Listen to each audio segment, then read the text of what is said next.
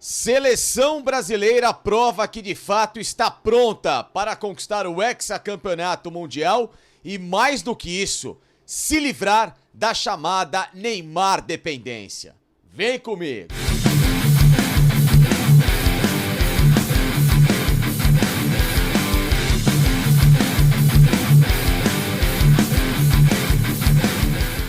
Pessoal, antes da gente falar da estreia de gala da seleção brasileira, cada vez mais pronta para terminar a temporada como campeão mundial lá no Catar, recado muito legal hoje, aqui,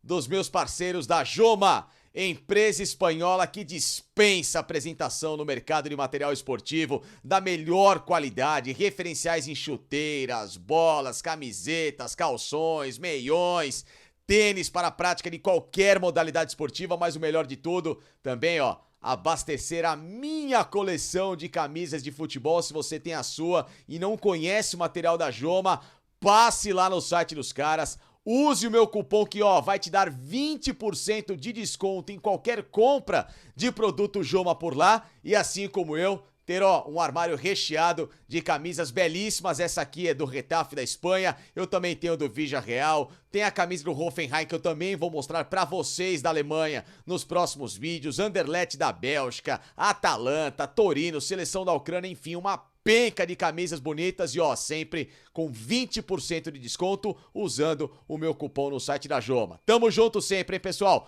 Passem lá, não se arrependam. Pessoal, seleção brasileira jogou um futebol de primeiríssima qualidade na estreia da Copa do Mundo diante da Sérvia. Apesar de um primeiro tempo normal, de estreia de Copa, mais nervoso, com mais ansiedade, os adversários bastante recuados, travando o Brasil na marcação, mas a segunda etapa mostrou o time que de fato entra para ser o grande favorito a conquistar a Copa do Mundo, ao lado do que eu vi até agora de Inglaterra, Espanha e também da seleção francesa, que mesmo desfalcada ainda provoca muita inveja de equipes que gostariam de ter um plantel como o dos caras, hein? Eles perdem referenciais, entram outros e o nível se mantém alta. Mas importante falar da seleção brasileira, que apesar de um momento complicado na partida, a lesão do Neymar no tornozelo, que pode tirá-lo de ação por alguns jogos, por alguns dias, e claro, isso sempre é uma preocupação, haja visto o que aconteceu nas Copas de 2014, com a lesão do Neymar naquele jogo contra a Colômbia nas quartas de final, em que ele perdeu o Mundial e depois, na semifinal, todo mundo já sabe o que aconteceu no jogo contra a Alemanha, o fatídico 7-1, em 2018, em que ele chegou machucado à Copa do Mundo, sem as melhores condições, tinha machucado o pé, no caso fraturado o metatarso, no começo daquele ano de 2018, e depois para se recuperar foi uma situação muito difícil, não conseguiu a plenitude da forma física, e na Copa do Mundo não conseguiu também jogar aquilo que se esperava. Em 2022, quando o Neymar, depois de muito tempo, volta a fazer um início de temporada extremamente forte, extremamente promissor, com muitos gols, com muitas assistências no Paris Saint-Germain, jogando um futebol aquele que se espera do nível Neymar, de um cara que um dia pode até sonhar em ser o melhor jogador do mundo, ele, pimba, acaba levando uma entrada, torce o tornozelo e gera uma grande dúvida em relação ao que pode ser o desempenho dessa equipe comandada pelo técnico Tite. Só que,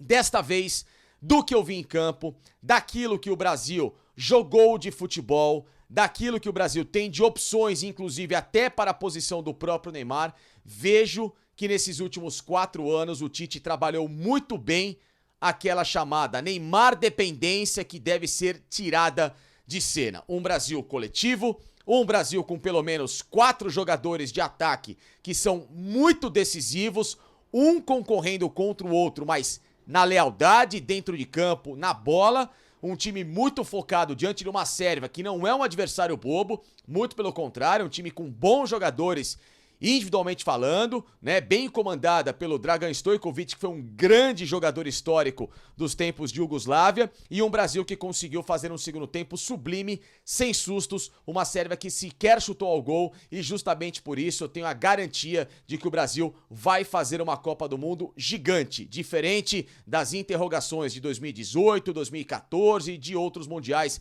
recentes que o Brasil acabou ficando pelo caminho. Gostei demais da atuação, por exemplo, do setor defensivo defensivo do Brasil, nas figuras do Marquinhos e do Thiago Silva. Os dois laterais jogaram bem, tanto o Danilo como o Alexandro, mas principalmente o lateral esquerdo. Casemiro sempre muito seguro. Paquetá, figura negativa, mas também porque o Tite mudou ele de posição, jogando pelo lado direito, como segundo volante, não é a dele. Até pode se arriscar jogando nesta posição a perder a vaga de titular para outro jogador como o Fred, ou então, na mesma característica, o Everton Ribeiro do Flamengo, que faz exatamente essa mesma função no meio campo do time brasileiro, em que ele atua nessa espécie, né, de ser um jogador central, volta às vezes para compor um pouquinho mais defensivamente, naquele esquema que o Dorival fala do chamado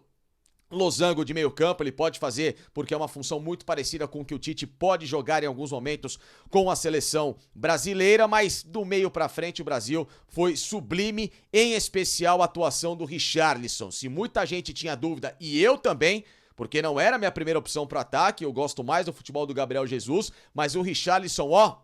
fez todo mundo que tinha dúvidas dele engolir um pouquinho seco e mostrou do porquê também é um jogador até mais de seleção do que clube. Curioso isso, né? Tem jogadores que, tudo bem, jogam bem em clubes, que têm boas passagens, mas que quando vestem a camisa da seleção se transformam. Esse Richarlison nos últimos anos nasceu para jogar com a camisa da seleção. Um golaço, um gol para mim, o segundo da seleção brasileira, que facilmente vai ser colocado em pauta para valer prêmio Puskás em alguma eleição da FIFA, porque foi uma meia bicicleta, uma acrobacia maravilhosa, um gol de improviso, um gol de um cara que tá com muita confiança de arrebentar nessa Copa do Mundo. Primeiro gol de oportunismo, de chegar ali como um camisa 9, Vinícius Júnior, 2 assistências, jogando muito bem, o próprio Neymar antes de se machucar, mesmo marcado, mesmo com muita dificuldade, mas fez um belo jogo também com a camisa da seleção. Do outro lado o Rafinha mais afobado, ainda nervoso, a gente sabe como é que é a estreia de Copa do Mundo, mas ele é muito bom jogador.